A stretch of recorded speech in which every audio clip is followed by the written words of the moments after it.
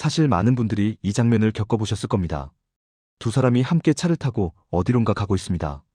운전석에 앉은 그 사람은 앞만 보고 있고 조수석에 앉은 당신은 무언가 열심히 이야기를 하고 있죠. 분위기가 나쁜 건 아닙니다. 당신은 그저 우리 사이가 더 좋아졌으면 해서 조금 섭섭했던 걸 말했을 뿐이니까요. 그런데 어느 순간 공기가 묘하게 바뀝니다. 분명히 내 말이 들릴 텐데 대답이 점점 짧아집니다. 그래. 알았어. 그러다가 결국에는 입을 꾹 다물어 버리죠. 라디오 소리만 들리고 차 안에는 무거운 침묵만 흐릅니다. 당신은 답답해서 이렇게 묻습니다. 내 말 듣고 있어? 왜 말을 안 해? 이럴 때 혹시 이런 생각 드시나요? 이 사람은 내 말을 무시하는구나.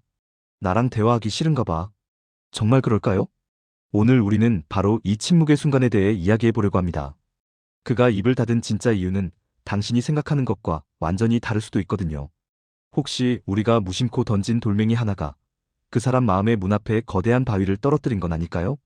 우리는 사랑하는 사람과 대화가 안 통할 때 정말 큰 외로움을 느낍니다. 벽을 보고 이야기하는 것 같다는 말이 딱 맞죠. 내가 이렇게까지 말하는데 아무 반응이 없으면 무시당한다는 느낌에 화가 나기도 하고요. 그러다 보면 목소리가 커지거나 더 날카로운 말이 나가게 됩니다. 이건 당신이 성격이 급해서도 아니고 참을성이 없어서도 아닙니다. 그저 그 사람과 잘 지내고 싶은 마음이 너무 간절해서 그런 거죠. 누구나 그렇습니다. 내 마음을 알아달라고 문을 두드리는데 안에서 아무런 인기척이 없으면 더 세게 두드릴 수밖에 없잖아요. 그러니 일단 스스로를 자책하지 않으셨으면 좋겠습니다. 당신은 관계를 망치려고 한 게 아니라 고치려고 애쓰고 있었던 거니까요. 지금 이 영상을 보고 계신 것만 봐도 당신이 얼마나 이 관계를 소중하게 생각하는지 알 수 있습니다. 그럼 이제 그 사람의 머릿속으로 한번 들어가 볼까요? 아주 복잡한 이론이나 어려운 말은 다 빼고 딱 보이는 장면으로만 설명해 드릴게요. 상상해 보세요. 그 사람의 마음속에는 아주 성능 좋은 두꺼비집이 하나 있습니다.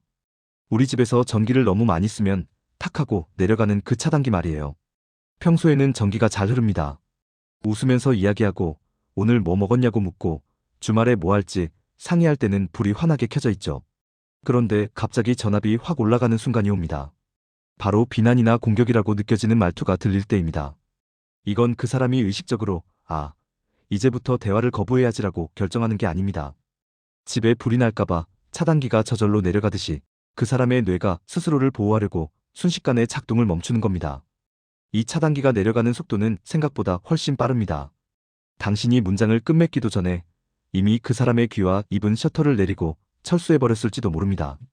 셔터가 내려간 가게 앞에서 아무리 문을 두드려도 주인은 나오지 않죠. 그 안에서 그 사람은 뭘 하고 있을까요? 당신을 미워하고 있을까요? 아니요. 놀랍게도 그 안에서 얼음이 되어 있습니다. 쏟아지는 감정의 홍수 속에서 익사하지 않으려고 숨을 참고 있는 거죠. 여기서 우리가 꼭 기억해야 할 것이 하나 있습니다.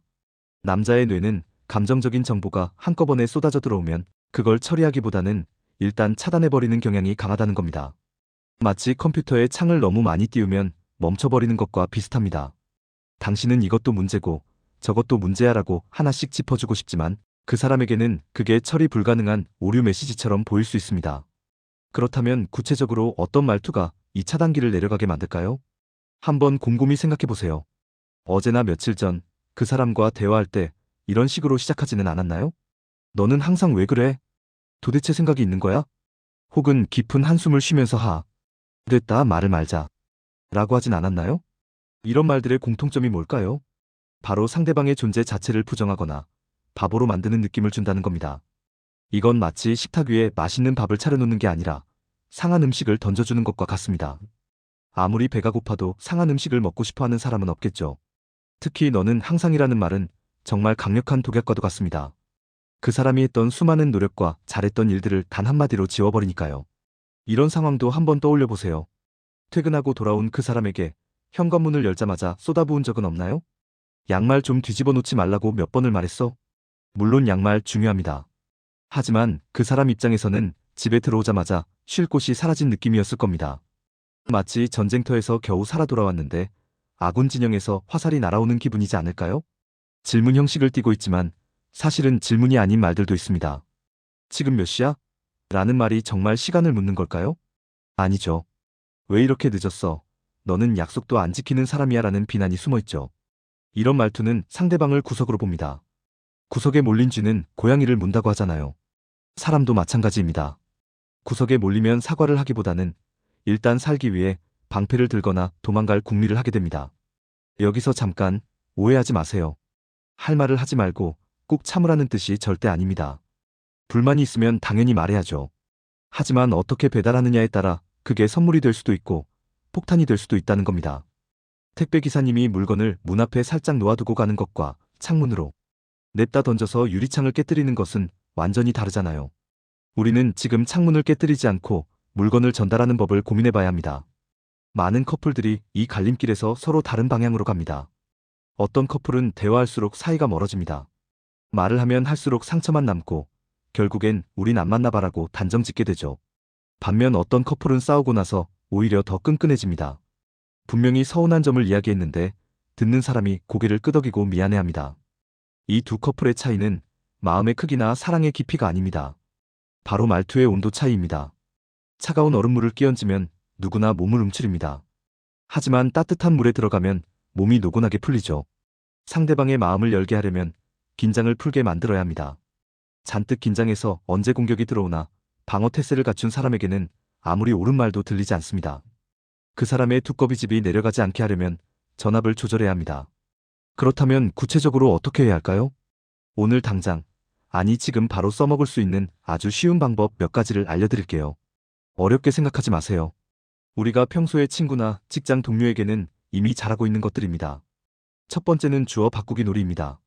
보통 화가 나면 문장이 너로 시작합니다. 너는 왜 그래? 네가 잘못했잖아. 이걸 나로 바꿔보세요.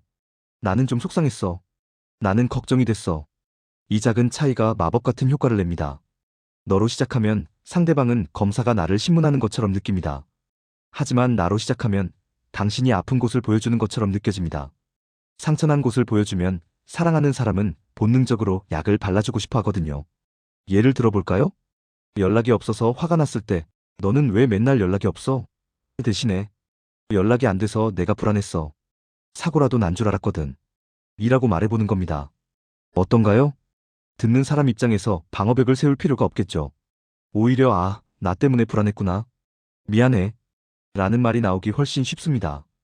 두 번째는 부드러운 예고편을 보여주는 겁니다. 중요한 이야기를 하기 전에 상대방에게 마음의 준비를 할 시간을 주세요. 갑자기 훅 들어가지 말고 똑똑 노크를 하는 겁니다. 자기야, 나 요즘 고민이 하나 있는데 들어줄 수 있어? 우리 잠깐 맛있는 거 먹으면서 이야기할까? 이렇게 시작하면 상대방의 뇌는 공격이 아니구나. 협력을 요청하는구나. 라고 인식합니다. 두꺼비집이 내려가는 대신 당신을 도울 준비를 하게 되는 거죠. 세 번째 방법은 아주 간단하지만 강력합니다. 바로 3초의 마법입니다. 화가 머리끝까지 나서 쏘아붙이고 싶은 그 순간 딱 3초만 숨을 쉬세요. 하나, 둘, 셋. 이 짧은 시간이 당신의 뇌를 진정시키고 날카로운 칼날 같은 말을 뭉툭한 지우개로 바꿔줍니다. 그 3초 동안 그 사람의 얼굴을 한번 보세요. 지금 내 앞에 있는 사람은 적군이 아니라 내가 사랑해서 선택한 사람이라는 걸 떠올려 보세요. 마지막으로 부탁의 기술을 써보세요. 명령은 반발을 부르지만 부탁은 영웅 심리를 자극합니다. 설거지 좀 해. 라고 하면 하기 싫지만 자기가 설거지 도와주면 내가 정말 편할 것 같아. 라고 하면 움직이고 싶어집니다. 남자들은 기본적으로 인정받고 싶어하고 내 여자에게 도움이 되는 사람이 되고 싶어하는 본능이 있거든요. 그 본능을 건드려주세요. 그건 자존심 상하는 일이 아니라 아주 현명하게 그 사람을 움직이는 기술입니다. 오늘 이야기를 한번 정리해볼까요? 우리는 그동안 너무 열심히, 너무 세게 문을 두드렸던 것일지도 모릅니다. 그 사람이 미워서가 아니라 잘 지내고 싶어서 그랬다는 거 다 압니다. 하지만 너무 세게 두드리면 문은 더 굳게 닫힙니다. 그 사람의 뇌 속에 있는 두꺼비집이 내려가지 않도록 조금만 더 부드럽게 전기를 보내주세요. 비난 대신 내 감정을, 명령 대신 부탁을, 그리고 너 대신 나를 주어로 써보세요. 처음에는 어색할 수도 있습니다. 화가 나는데 어떻게 예쁘게 말하냐고 생각할 수도 있고요. 하지만 한번 속는 셈 치고 딱 한 번만 해보세요. 놀라운 변화가 일어날 겁니다. 늘 입을 꾹 다물고 회피하던 그 사람이 당신의 눈을 맞추고 그랬구나 몰랐어. 라고 말하는 기적을 보게 될지도 모릅니다. 관계는 누가 이기고 지는 게임이 아니잖아요. 함께 따뜻한 집을 지어가는 과정이니까요. 여러분은 평소에 그 사람에게 어떤 말을 가장 자주 하시나요? 혹시 나도 모르게 차단기를 내리게 만드는 말버릇이 있지는 않았나요? 오늘 저녁 그 사람을 만나면 어떤 부드러운 말로 대화를 시작해보고 싶으신가요? 거창한 말이 아니어도 좋습니다. 댓글로 여러분의 다짐이나 성공했던 경험을 남겨주세요. 서로의 이야기를 나누다 보면 더 좋은 힌트를 얻을 수 있을 테니까요. 우리는 다음 시간에도 헷갈리고 어려운 사람의 마음을 아주 쉽고 편안하게 풀어보는 시간 가져보겠습니다. 사랑하는 사람과 편안한 대화 나누는 하루 보내시길 바랍니다. 지금까지 여러분의 이야기를 들어주는 마음 코치였습니다.